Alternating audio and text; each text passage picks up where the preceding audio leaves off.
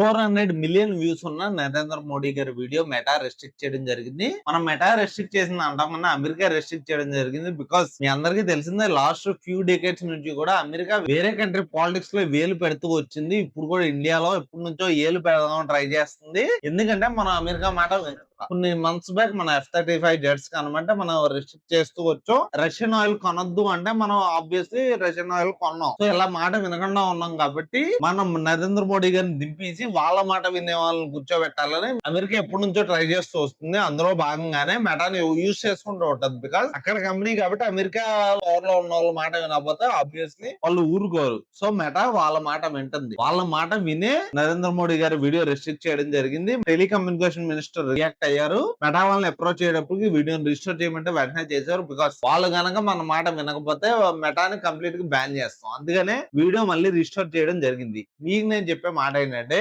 ఎవరైనా సరే సోషల్ మీడియాని రెగ్యులర్ గా ఫాలో అయినా పర్లేదు కానీ సోషల్ మీడియాలో రెగ్యులర్ గా వచ్చే వాటిని చూసి నమ్మి మోసపోకండి. మీ అంతా మీరు డిసిజన్ తీసుకోండి. అది కూడా రీసెర్చ్ చేసి డిసిజన్ తీసుకోండి. దీని వల్ల మన ఇండియాకి చాలా మేలు చేసిన వల్ల అవుతారు.